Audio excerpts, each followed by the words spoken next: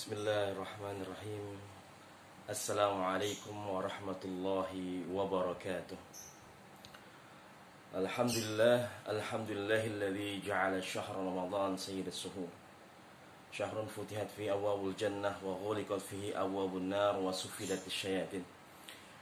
Syahrun awwaluhu rahmah wa awsatuhu maghfirah wa akhiruhu 'atqun minan nar. Asyhadu an la ilaha illallah wa asyhadu anna Muhammadar Rasulullah.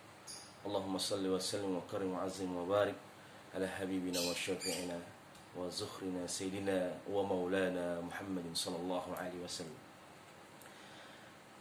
Para shaimin dan shaimat yang dimuliakan oleh Allah Subhanahu wa taala, segenap jamaah MKA Majelis Khatmul Al-Qur'an yang insyaallah dicintai dan dirahmati Allah Subhanahu wa taala. Kemudian juga para saudara-saudaraku ad-da'i ilallah, para asatiz, para kiai Ikatan Persatuan Umat dan Muballigh yang insyaallah senantiasa diberkahi dan rahmati oleh Allah Subhanahu wa taala. Alhamdulillah, Allah Subhanahu wa taala masih memberikan kita kesempatan untuk hidup, senantiasa beribadah di bulan yang penuh dengan kemuliaan. Allah berikan bulan yang istimewa, Allah turunkan Al-Quran di dalamnya yang istimewa untuk menjadi kita hamba-hambanya yang istimewa di hadapan Allah Subhanahu wa ta'ala. Kenapa Ramadan menjadi bulan yang istimewa? Karena diturunkan sesuatu yang istimewa oleh Allah Subhanahu wa ta'ala, yaitu Al-Quran. Syahrul Ramadan allazi unzila fihi Al-Quran hudan linnasi wa bayyinatin minal huda wal furqan.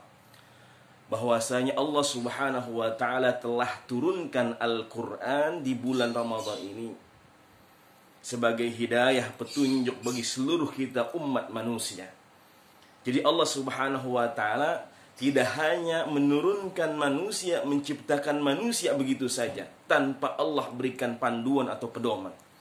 Tapi Allah ciptakan manusia dan Allah turunkan pedomannya, Allah berikan bimbingannya.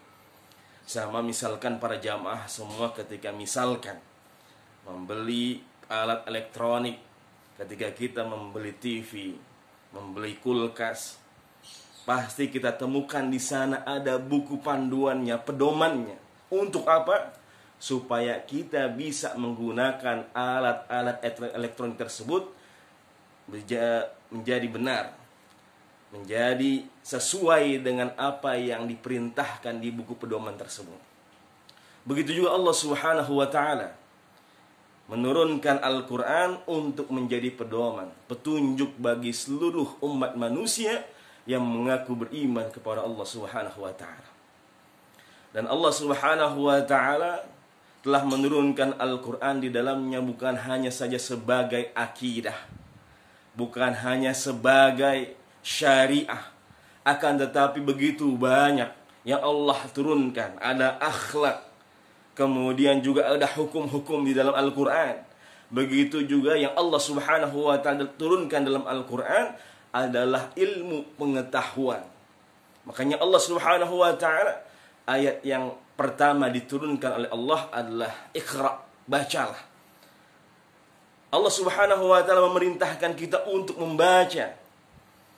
Jadi yang pertama Allah perintahkan bukan masalah ekonomi, bukan masalah politik ataupun yang lainnya, akan tetapi yang Allah perintahkan adalah senantiasa kita membuka akal pikiran kita.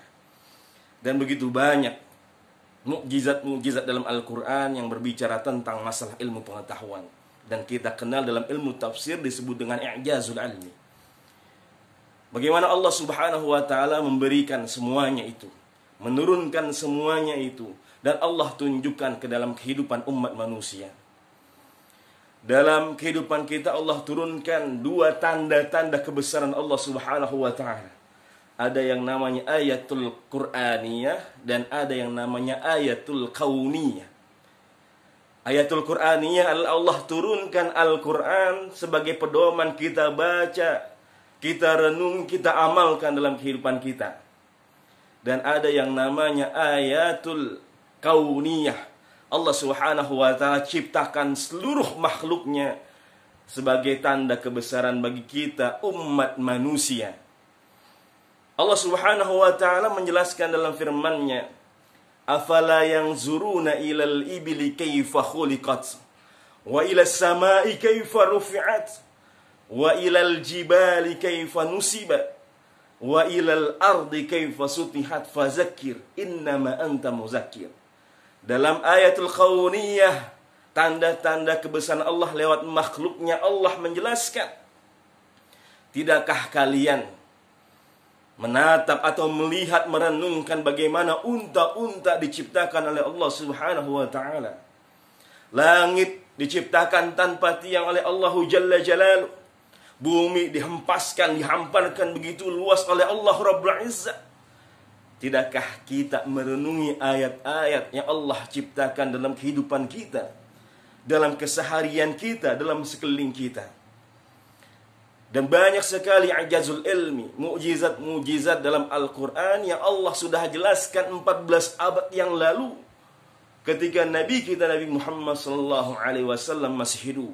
Misalkan, Al-Quran sudah berbicara masalah bagaimana penciptaan Al-Quran, penciptaan manusia di dalam Al-Quran. Padahal Rasulullah SAW ketika itu tidak pernah belajar tentang ilmu biologi ataupun ilmu-ilmu yang lainnya. Akan tetapi, wa ma yantiqu 'anil hawa in huwa illa wahyuha.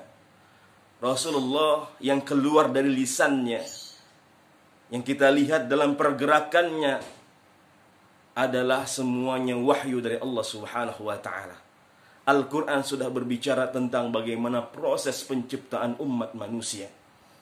Ataupun yang lainnya, misalkan ketika di lautan bertemu antara dua jenis air dan tidak pernah bersatu, dan Al-Quran sudah menjelaskan marajal bahraini yaltaqiyan. Di lautan ada dua jenis air yang bertemu dan tidak pernah bisa bersatu, dan kita bisa lihat pada saat ini. Kita lihat lagi bagaimana tanda-tanda kebesaran Allah dalam ilmu di dalam Al-Quran, bahwasanya ada yang namanya api di bawah lautan, dan semua sudah dijelaskan dalam Al-Quran dan ditemukan oleh ilmuwan-ilmuwan modern pada saat ini. Mereka membuktikan bagaimana mukjizat dalam Al-Quran.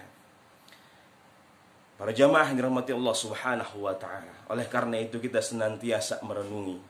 Kita diharapkan menjadi hamba-hamba yang senantiasa menjadi ulul albab, yaitu hamba-hamba yang senantiasa berpikir, menggunakan akal pikiran kita untuk senantiasa merenungi, meresapi, dan mengamalkan dalam Al-Quran. Allah perintahkan kita menjadi orang-orang yang bertakwa, yaitu salah satu sifatnya adalah ulul albab. Allah jelaskan di dalam Surah Al-Imran ayat 190-191. Ulul albab Allah jelaskan, Allah sebutkan sampai 16 kali dalam Al-Quran. Siapa mereka? Alladzina yadhkuruna Allaha qiyaman wa qu'udan wa 'ala junubihim wa yatafakkaruna fi khalqis samawati wal ard rabbana ma khalaqta hadza batila. Ulul albab mereka yang senantiasa pertama membangun nilai religinya, memikirkan, senantiasa beriman kepada Allah Subhanahu wa taala, dan kemudian kedua menggunakan akal pikirannya, intelektualnya untuk senantiasa merenungi, merasakan kebesaran-kebesaran Allah Subhanahu wa taala. Orang yang berilmu Allah tinggikan derajatnya. Yarfa'illahu alladhina amanu minkum walladzina utul ilma darajat. Yang pertama Allah angkat karena imannya, ketakwaannya. Kedua karena ilmunya. Jadi harus dilandasi dengan keimanan, kemudian dengan ilmu pengetahuan intelektualnya dibangun karena Allah Subhanahu wa taala. Mudah-mudahan kita bisa menggunakan semua nikmat yang Allah berikan dalam kehidupan kita, senantiasa untuk merenungi, meresapi, merasakan kebesaran-kebesaran Allah Subhanahu wa taala. Mudah-mudahan bermanfaat sehingga Allah Subhanahu wa taala memberikan kita hidayahnya, naungannya, bimbingannya untuk kita bisa menyelesaikan bulan Ramadan dengan senantiasa menghatamkan Al-Quran. Amin. Amin ya rabbal alamin. Mudah-mudahan bermanfaat. Billahi taufiq wal hidayah wal inayah wal maghfirah. Wassalamualaikum warahmatullahi wabarakatuh.